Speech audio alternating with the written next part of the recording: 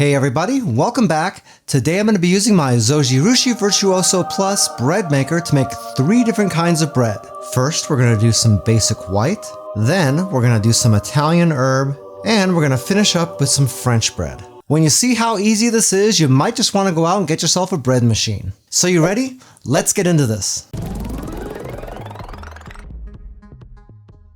Alright, the first one we're going to make is the basic white bread. For this recipe we need bread flour, a little bit of water, some sugar, non-fat dry milk, some softened butter, a little bit of salt, and last but not least, rapid rise yeast. Before we start mixing all these things, I'm going to show you something really quick that a lot of people don't know.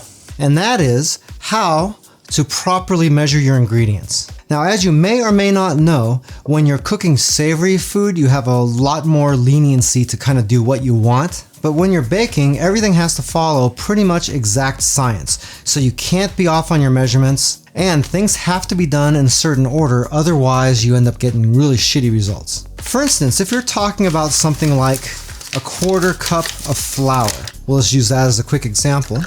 What a lot of people might do is they'll just take their bag of flour, then they'll just take their measuring cup and they'll stick it right into the flour, cram it in there, get some flour, and then they'll shake it or something like this to try to get it evened out. That's not the way you want to do this. When you do that, it compresses the flour down and you end up screwing your measurements up.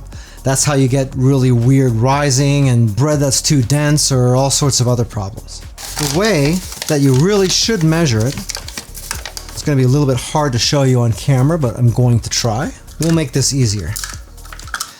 Let's say I wanted to get a 1/2 cup of this bread flour. What we do is take our 1/2 cup measuring cup. Normally you're not just going to do this over your prep area like I am, because you're going to make a huge mess, but I'm just doing this to illustrate something for you. You take a smaller cup, pour that loosely into your 1/2 cup measuring cup here until it's overflowing the sides. And then you're going to use the flat side of a knife and just sift that off just like that. See, I'm not pushing it down, not trying to flatten this, I'm just leveling this off, just like that. This right here is an actual 1/2 cup. It's still nice and fluffy in there and it's measured properly. You do the same thing with tablespoons and 1/2 tablespoons, filling up these things and then just scraping the top just like that. It is simple, but a lot of people don't know that you have to do that, and then the recipes get messed up, and they can't really tell you why because they feel like they followed the directions perfectly. Anyway, as long as you know that, it should make things a heck of a lot easier for you. Alright, let's get this started. Now, if you're not using a Zojirushi Virtuoso like I am, that's perfectly fine. You can use any bread machine to do this. It shouldn't really matter all that much. The process should be about the same, and your ingredients should be about the same too. You might have to make a couple of little adjustments depending on which one you're using, but this guide should be good enough to get you some halfway decent bread. Now the first thing we're going to do is get all of our ingredients into our baking pan. This has to be done in a certain order, and I'll tell you why in a minute. So first we're going to put in our water. Next we have our bread flour. Don't try to spill it like I just did right there. If you do spill it, and you spill a lot, just make sure you get that in there because you don't want to throw your measurements off. Next we'll add in our sugar. You can use sugar substitutes like allulose, but keep in mind that it's going to affect how the yeast reacts and how your bread rises. So if you're going to use a substitute, then we have to put other ingredients in there to make up the difference. Since this is just a basic recipe video, we're not going to do that, but I will be doing that in the future. Next we got our dry milk, our salt, our butter. This, we don't have to have your butter melted, but you do want to soften it. Just kind of put it in the side there. And then the last ingredient is our dry yeast. When you put in your dry yeast, under no circumstances does this come in contact with any of your wet ingredients. That's why the water is down in the bottom. If this gets wet, your bread's going to come out really shitty, so don't let that happen. What we're going to do is we'll make a little tunnel here in the middle, just like that, and we'll pour this yeast right in here. Now we're just about ready to get this started, so we'll get this out of the way, bring over our bread machine, we'll open this up, and we'll slot in our bread. Just be careful when you're putting this back in here. You don't want to disturb it too much because you don't want that yeast to get any water coming through there. Now all we gotta do is shut the lid, and on our machine we're gonna pick our course. The course for white bread on these Zojirushi machines is course 1, which is right there. And from here, the only other thing we have to do is pick our crust. So I get to pick between a light, a medium, or a dark crust. I'm gonna go with the medium. Now all I gotta do is start this up, and the machine will tell me what time it will be when my bread is finished. And for me right now, that's about 3 hours and 15 minutes. Now all we gotta do is wait, and this machine should do everything including baking and kneading the bread for us. You serious? If you'd like to make this recipe, all the ingredients and measurements are down in the description of the video, along with the calorie count, the protein, the carbs, and the fat. Okay, our white bread finished up about 15 minutes ago. Everything I did on camera, so I haven't done anything to this since I hit that start button. Let's take a look and see how this turned out. Ooh, that looks really freaking nice, actually. It smells fantastic. Okay, so we'll get this bread out of here. And here's how the bread looks. It's got a little bit of a funky curve to it over here on this side, but other than that, it looks pretty good. Let's see if we can shake this out of here. Ooh. Well, that came out pretty easy. Wow, this looks fantastic, and it smells super good. I'm gonna slice off a piece, check out the inside, and see how this tastes.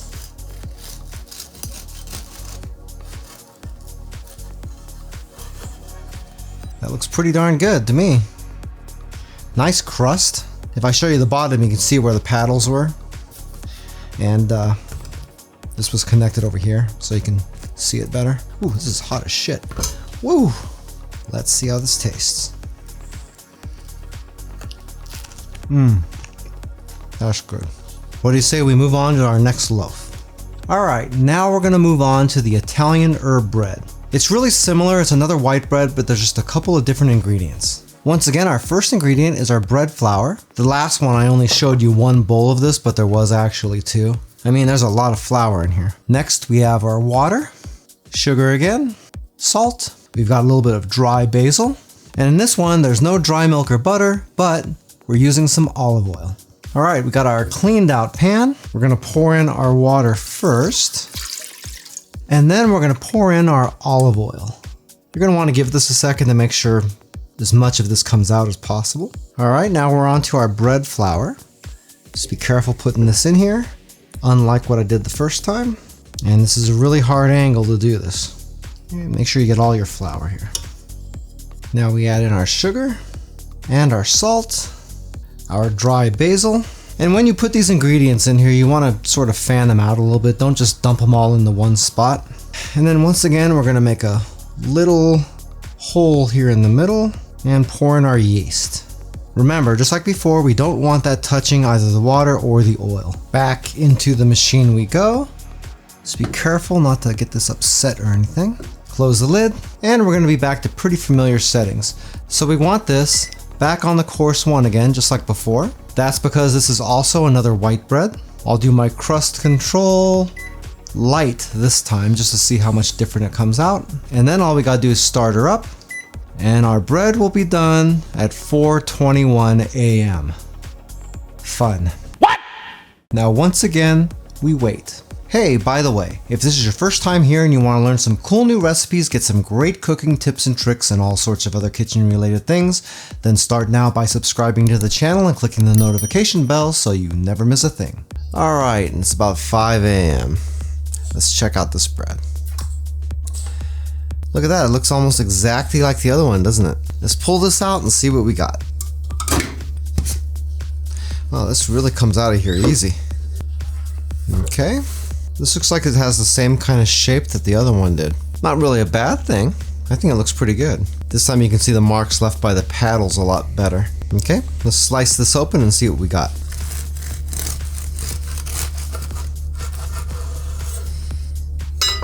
Again, this looks really good.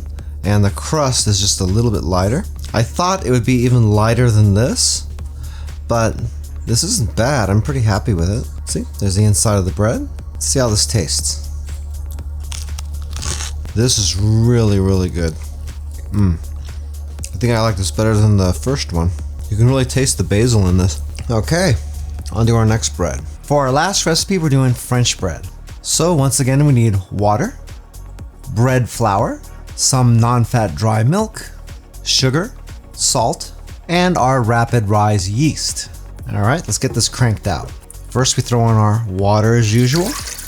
Next, we'll scoop in our bread flour. See if I can avoid making the mess I did the first 2 times. Next, we'll sprinkle in our sugar, then our dry milk, our salt, and then our rapid rise yeast.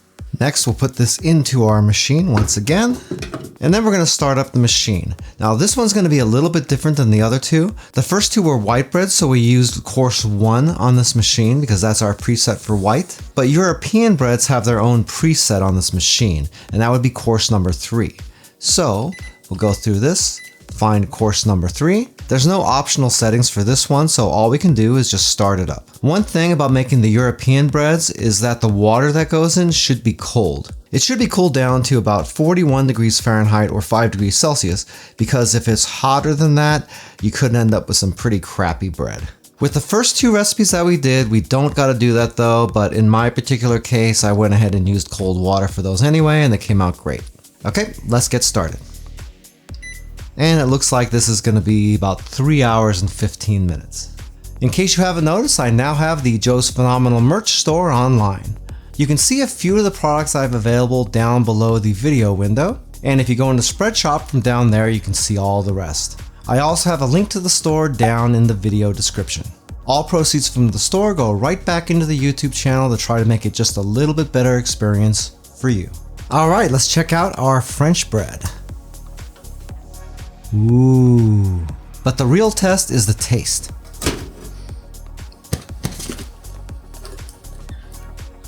Well, that looks really good. This actually looks better than all the other ones. But it's not complete until we taste it. Ooh, it smells good. Wow, we pulled this off really good. The crust is perfect. It's not super crispy. It's actually kind of bendy, just like whenever you buy French bread rolls from the store. I'm going to say that that is pretty darn good. Looks really great on the inside too. But here's the real test. Mumu, tell me what you think. Looks like Mumu approves. So here's our finished white bread, our Italian herb, and our French. All 3 of those breads came out so unbelievably good. And as you can see by this video, as long as you get your measurements right, there's virtually 0 effort. The best part is that you can make all sorts of breads that you really can't get in the store, and you can control exactly what you're putting into it. As far as I'm concerned, those are both pretty big wins. If you'd like a little bit more information about the Zojirushi Virtuoso Plus bread machine that I used in this video, I do have an Amazon affiliate link to it down in the description. If you buy anything through those links, I do make a small commission, but it doesn't change the price that you pay, 1 cent. If you like this video, then I bet you'll like this video right here where I did the full review of the Zojirushi Virtuoso Plus bread maker. That just happens to be the same machine that you just watched me make all this bread in. Pretty weird coincidence, huh? Anyway, that's it for now. I hope to see you back again here really soon, and until that time, I'm Joe, and I hope you have a phenomenal day. Take it easy.